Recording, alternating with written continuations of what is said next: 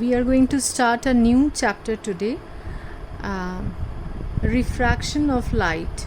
Refraction of light, especially in this part, we are going to study refraction at plane surfaces. Refraction of light, here we'll deal with light. If you remember, in class 9 we have discussed the nature of light. Light has a dual nature. Sometimes it behaves as a particle and sometimes it behaves as a wave. So there are few phenomena of light which you can explain if you consider light as a particle. What kind of particle? What is the name of that particle? This is not something related to your syllabus of class 10, but without this knowledge of complete knowledge of light, things will be incomplete. So that name of the particle is photon. And if because light is a wave, actually it's moving as a wave, it's an electromagnetic wave. Nature of light is electromagnetic wave nature. So electromagnetic wave, and it has a wavelength and frequency, and we correlate this wavelength and frequency with the particle nature in this way. If the wavelength of the light is lambda and the frequency of the light is nu, then the particle nature of light says if the frequency of the light is nu, then the photon particle is moving with an energy E is equal to a constant. This is a constant called Planck's constant. E is equal to h nu. This is a very famous equation. You learn about this in higher class. So light has a particle nature as well as wave nature. Particle nature of light, photon is that particle which is carrying the energy, and when we are considering wave nature, it's the electromagnetic wave which is carrying the energy. So now there are few phenomena that can be demonstrated with this particle nature. Light, one of them is photoelectric effect, which was put forward, explained by Einstein rather. Photoelectric effect and wave nature. With this wave nature, we can explain few special type of phenomena like interference, diffraction. What are these phenomena? You will get to know in higher classes. As of now, photoelectric effect you can consider, photoelectric effect, Compton effect, when we consider particle nature of light. Wave nature is interference, diffraction, and there are a few phenomena which can be explained by both this nature. These are refraction, reflection. So we will study this refraction first. Reflection, I guess we have completed in class 9. So we will study refraction of light. Okay, now what is refraction? So when light travels from one medium to another medium, what is medium? The area, the space through which the light is traveling. Suppose light is traveling through air. After traveling through air, it finds another separate, different medium like water. So when light travels from one medium to another medium, what according to the light, the traffic, the density of this molecules, the density of this medium varies. The traffic, as we are suppose we are moving from highway and we enter the town, main Bardhaman town here, so the traffic varies. So light also, when moves from one medium to another medium, it continuously views that the traffic is changing. So suppose this medium, for this medium it finds the traffic is lighter, so we call it a rarer medium. And if this medium, in this medium the traffic is heavier, we call it a denser medium. So this is optically denser medium and this is optically rarer medium. Optically, why? Because light views this as optically rarer medium, density is less, and light views this as the density is more, the traffic is more here. Okay, So due to this, when it travels from one medium to another medium, the velocity, it changes its velocity. Suppose we move from the highway to the main Bardhaman town, what highway we are moving with very high velocity, and when we reach the main town, our velocity decreases. The same thing happens in case of light also. When it travels from rarer medium to denser medium, its velocity decreases, and again when it goes from denser to rarer medium, its velocity increases. So due to this change in velocity, there is a change in direction of light also. Suppose light is traveling from the rarer medium, and suppose it enters the denser medium. So here its velocity decreases. So we want to come out of the denser medium. As the velocity decreases, we want to find a shortcut route. Shortest possible route from one point to another point is the perpendicular distance. Sometimes it's not possible to go through this perpendicular distance, so it comes, it tries to bend towards this shortest possible route and bends. This is called the perpendicular. Here we draw a perpendicular. This point is technically called the point of incidence. This is the incident ray, this is the normal here, and this is the angle of incidence and angle of refraction. So as it finds the traffic here is more, it tries to find the shortcut, and so it bends towards the normal when it travels from rarer to denser medium. Rarer medium means the optical density is less here. Rarer because we are comparing between these two medium. We are comparing here to a pair of medium. Within a pair of medium, this is rarer and this is denser. So when light travels from rarer to denser medium, it bends towards the normal. Its velocity decreases, it bends towards the normal. It tries to find a shortcut path. And what happens when it moves from denser to rarer medium?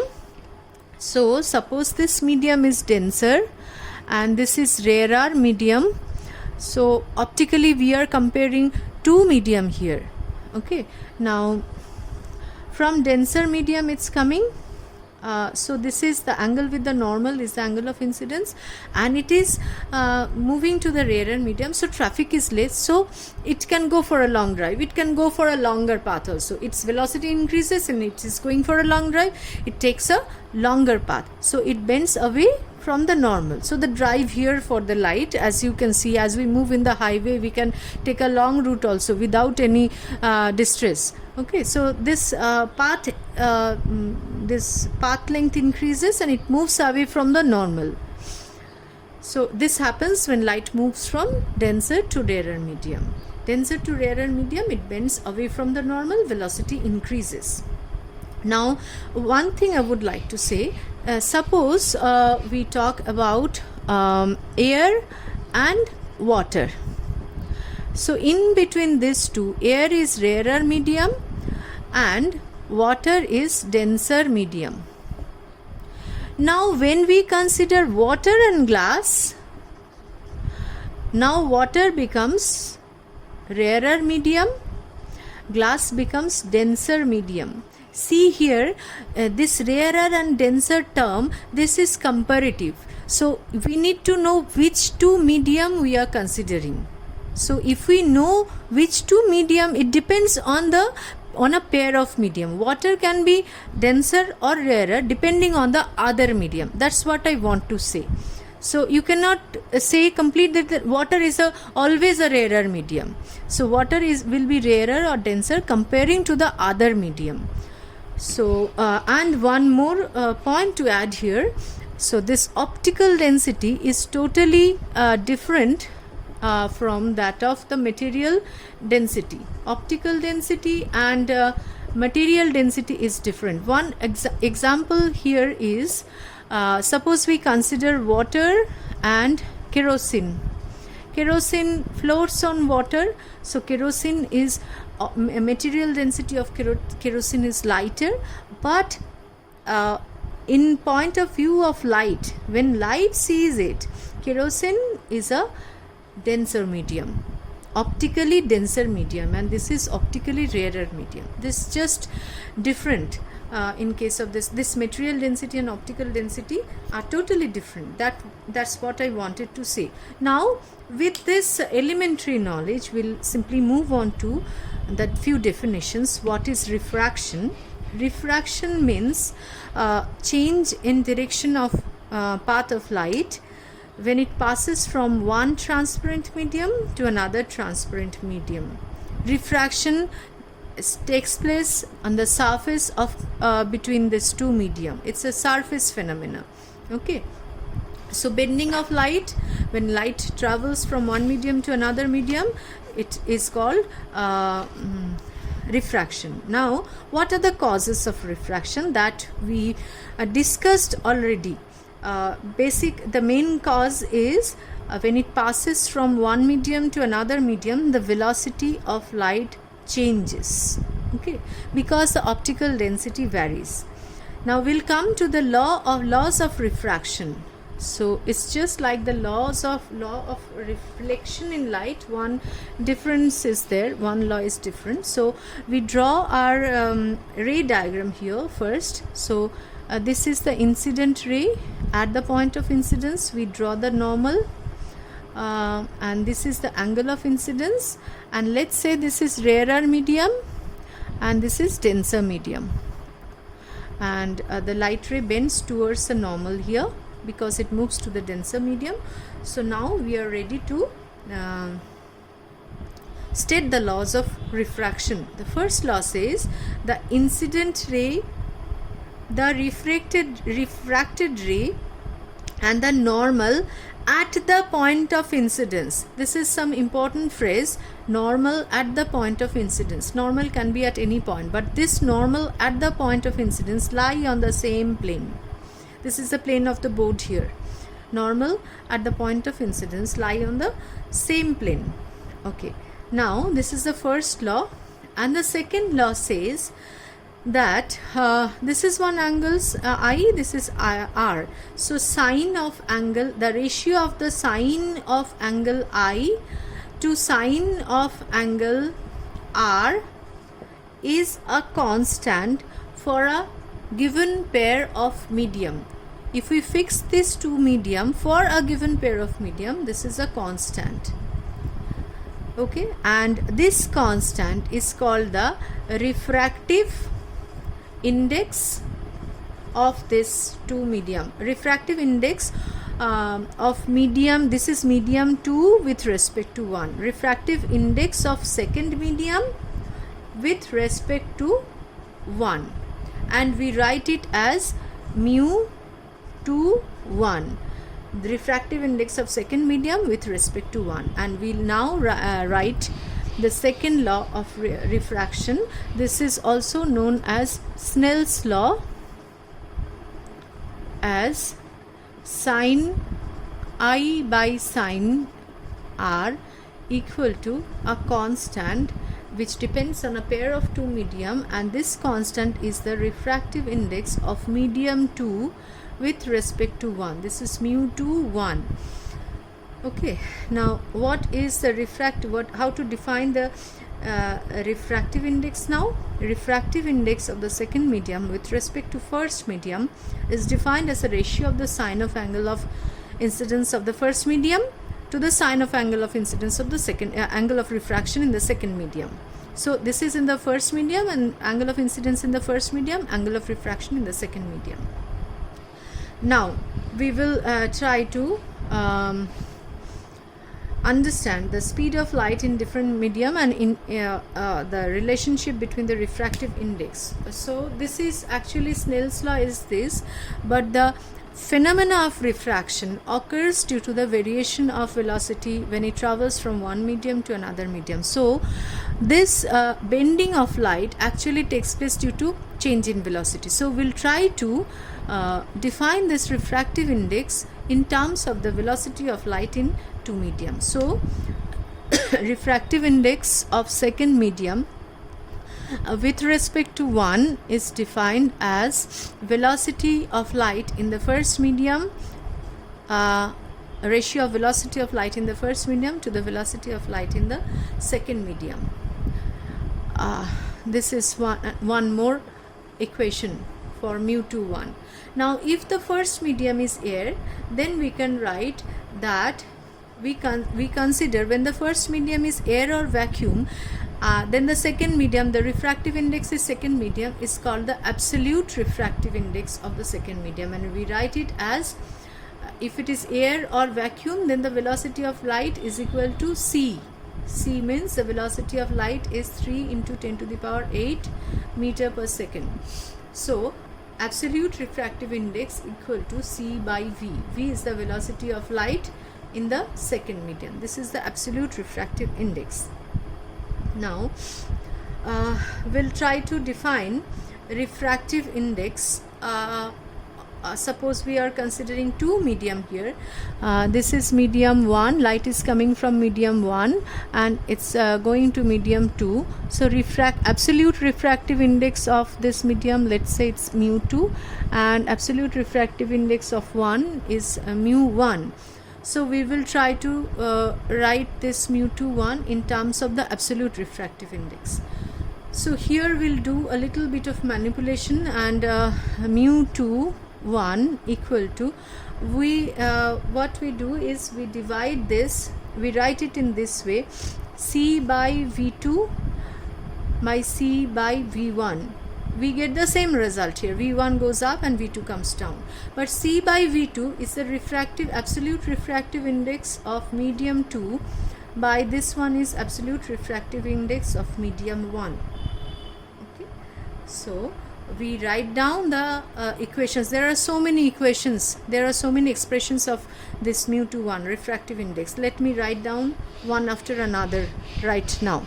So first equation is sine I by sine r equal to mu2 1. Second equation is v1 by v2. If you see this sine I is medium 1, v1 is in medium 1, in the numerator the quantities of medium 1 are there, equal to mu2 1, and in terms of absolute refractive index, this is mu2 by mu1.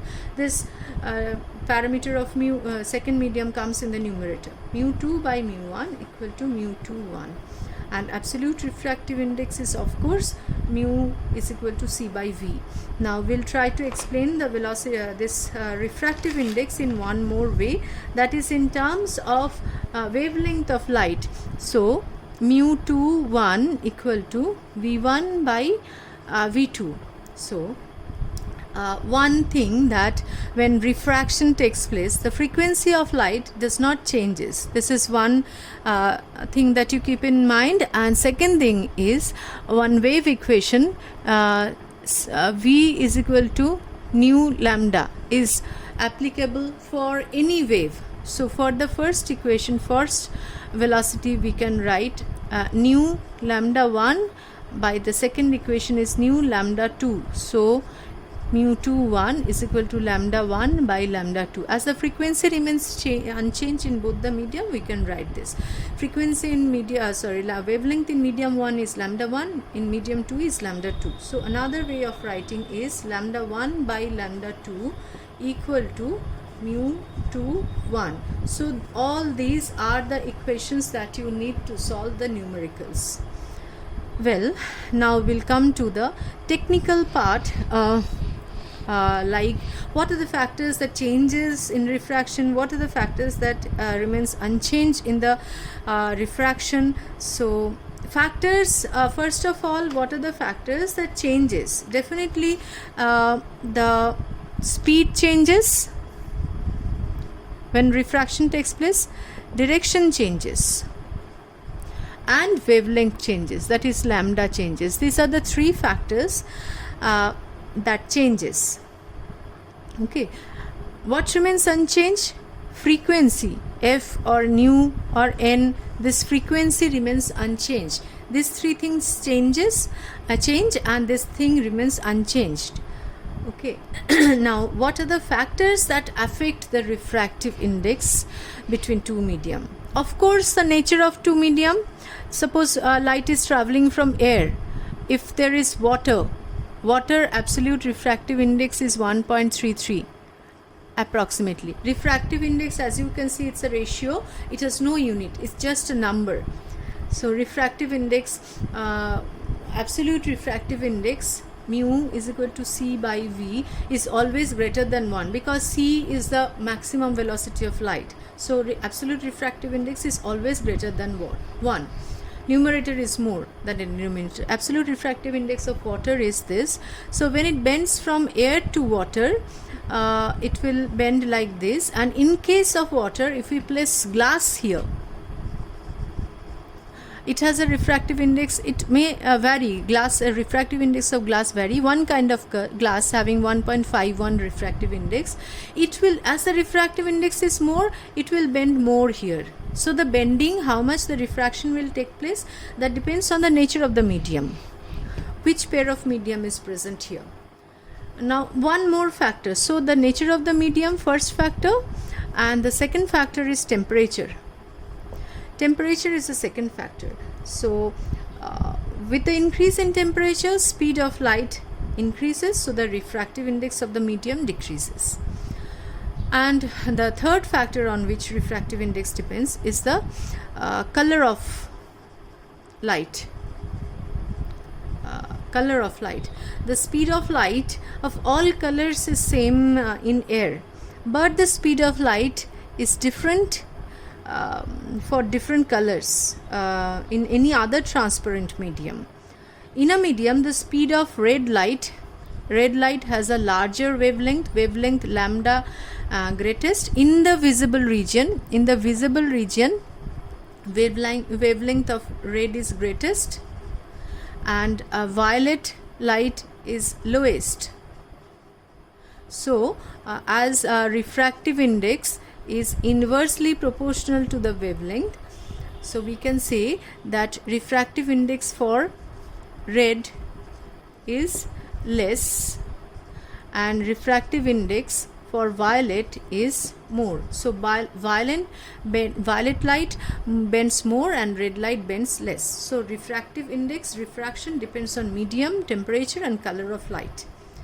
Okay, now we will discuss the next principle here. I am keeping these equations here, and next part here is one important principle of reversibility of light path. Now what is this? When light travels from here to here, it will bend towards this line.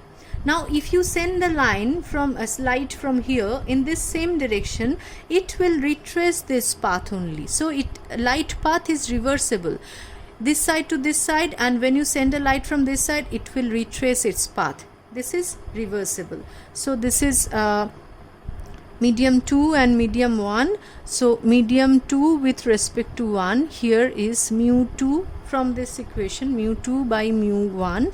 Now when light travels from mu 1 to mu 2, so mu 1 to mu 2, we find out this medium 1 becomes mu 2, second medium here.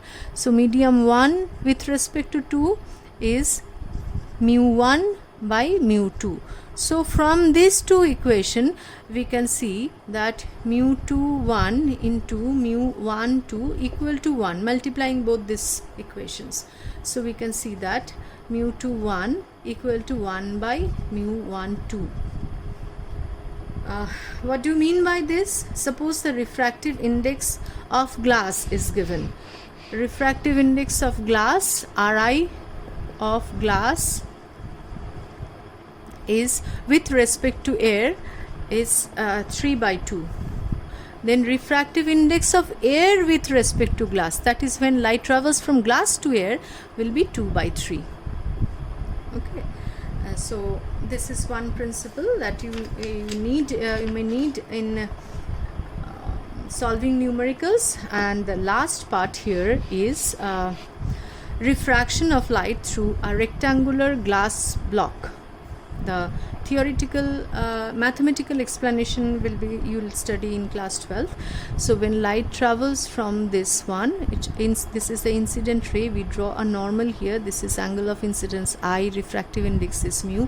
It will bend towards a normal, it's r. Now if these two sides are parallel, rectangular slab, so we draw a normal here. So if this angle is r, this has to be r, and if this angle is r, principle, following the principle of light, reversible of light path, it will go away in the same direction when these two angle will be the same. If it is incident at r, it will emergent at I only. So these two rays are parallel, but there is the light was going in this path, and there is a lateral shift of light. So when light passes through a glass ray, there is a lateral shift of light. This lateral displacement depends on three things. First of all, the thickness of the glass slab. This thickness of the glass slab, let's say this is D and this is T, so it depends on T. And second factor is it depends on angle of incidence, this one, and third factor it depends upon is of course this refractive index of the glass slab. Now there are two conditions where no refraction takes place. I forgot to discuss that. So the conditions where no refraction takes place is if the angle of incidence is along the normal, that is angle of, when the light ray incidence along the normal, then the angle of incidence is 0. Don't confuse this. Mostly I come across students saying that the angle of incidence is 90 degree. No, when it is along the normal, angle of incidence is 0. So when it is along the normal, it goes undeviated, there is no refraction, and this is the first condition. Second condition, if the refractive index of 1 and refractive index of 2 are same, then also no refraction. These are the two conditions for no refraction. Okay, so that's all in the first part of the refraction. In the next part, we'll go to the refraction of light through prism and total internal reflection. Okay, please go through this and go through this formula, memorize this formula, go through the worked out problems given in your concise physics, and that's all for today.